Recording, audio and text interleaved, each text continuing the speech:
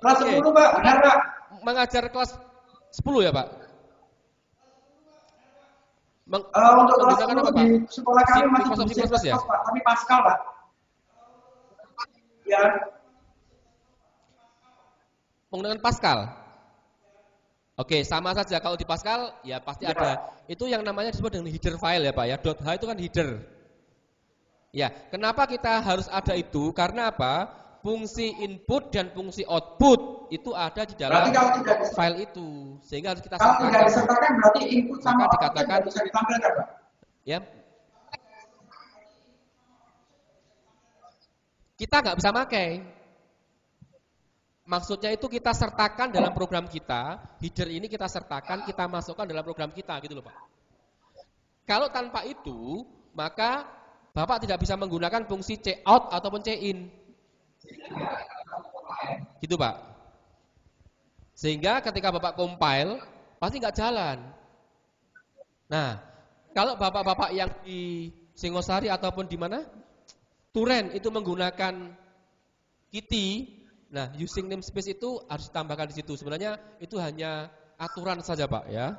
Cukup jelas, Pak. Terima kasih, Pak. Yang di atas tadi. Terima kasih, Pak. Cukup jelas, Pak. Oke, terima kasih, Pak Hendri. Turen kalau nggak tanya, nggak dikasih nilai. Harus tanya ini. Tanya tentang apa? Boleh. Mari, Bapak.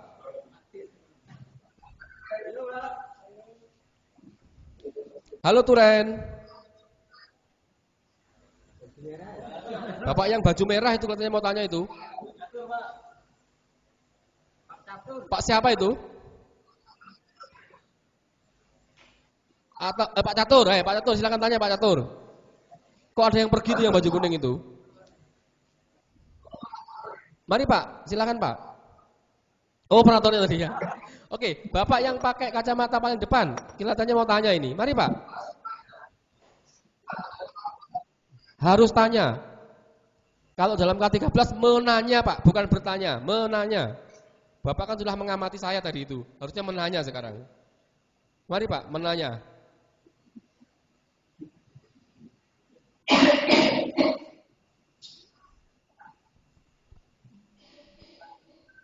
Mari Pak. Yang dari Turen belum ada yang nanya ini.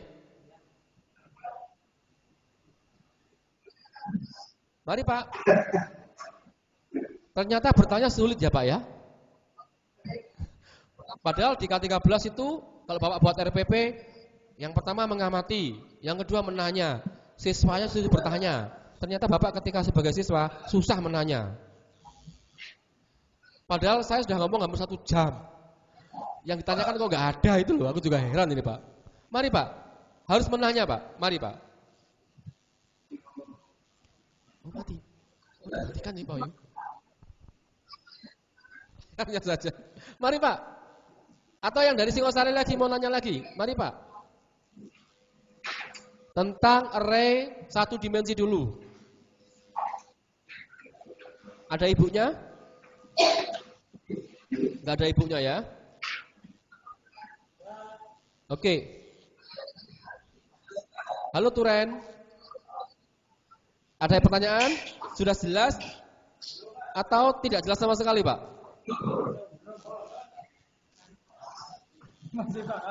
Belum?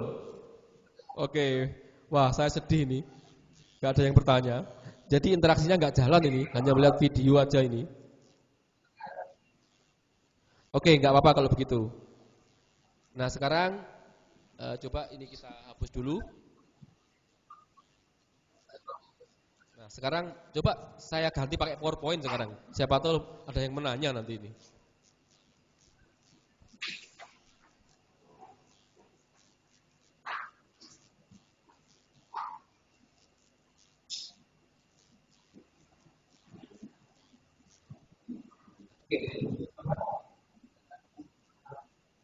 Oke, Ibu dan Bapak, dari yang semua kita bicarakan tadi di depan dengan menggunakan di papan tulis, coba kita akan ulas terkait dengan pengenalan array dulu. Tadi sudah kita bahas tipe variabel yang bisa menampung banyak data tadi disebut dengan array. Tapi yang perlu diingat di sini adalah array itu hanya bisa menampung variabel yang sejenis. Jadi kalau tipenya integer ya integer semua, Bapak. Kalau tipenya bilangan bulat ya bilangan bulat semua, kalau pecahan ya pecahan semua. Jadi tidak bisa digabung. Array ini sebenarnya sama seperti database. Kalau Bapak dan Ibu sudah sering menggunakan database. Cuma database yang natif, Pak, yang dipunya dalam bahasa pemrograman. Nah, oke, coba perhatikan ilustrasi di dalam PowerPoint itu. Tadi 012 ini disebut dengan indeks, kemudian 123 adalah datanya. Saya teruskan. Bagaimana cara mendeklarasikan array tadi sudah. Jadi ini seperti ini. Integer age 100. Yang paling bawah ini, Pak. Ini berarti bahwa kita punya variabel age yang bisa menampung 100 data. Dimulai dari indeks yang ke 0 sampai yang ke 99. Oke. Nah, bagaimana cara membuat array? Tadi sudah kita bahas. Contoh dengan yang di sana tadi. Ini saya hanya mereview saja untuk array satu dimensi. Nah, ini juga ada contoh yang lain sama seperti yang sudah kita bahas tadi itu, sudah ada di sana. Oke, saya teruskan. Oke, saya teruskan saja. Nah, sekarang kita sebelum saya masuk ke array 2 dimensi, Ibu dan Bapak, adakah pertanyaan yang masih belum jelas yang terkait dengan array 1 dimensi? Tadi untung sudah ada yang tanya dari PB Singosari. Ya, sekarang yang dari PB Turen kelihatannya masih malu bertanya. Semoga tidak sesat di jalan. Gitu ya, Pak ya? Oke. Nah, sekarang kita lanjutkan untuk materi kita yang disebut dengan array multidimensi. Tapi yang kita bahas di sini adalah array yang 1 dimensi saja. Yang 2 dimensi saja.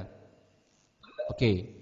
Nah, untuk memahamkan tentang array dan 2 dimensi, Ibu dan Bapak tolong perhatikan tabel.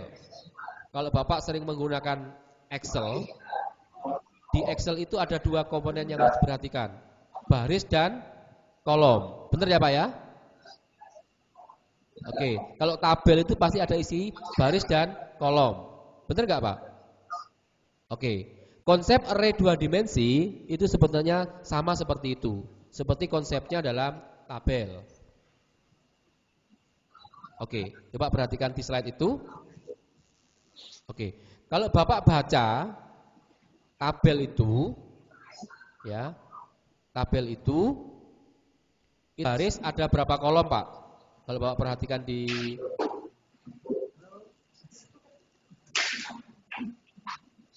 Halo.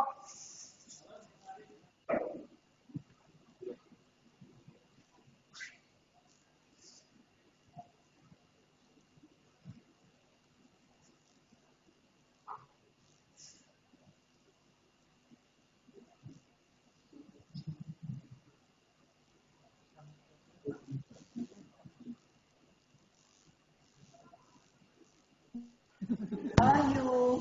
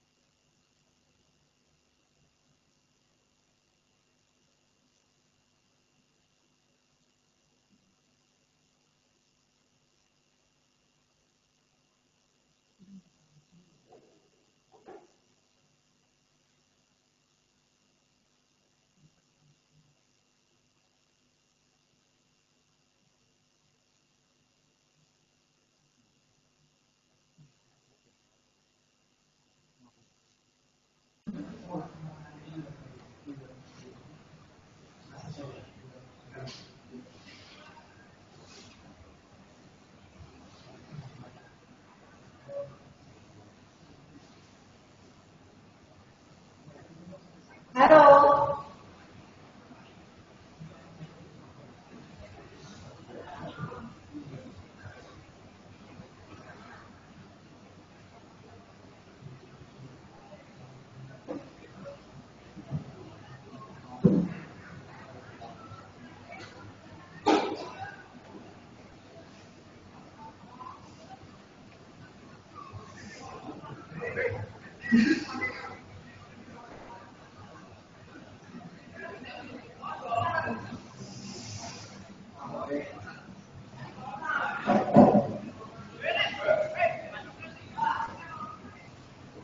How are you?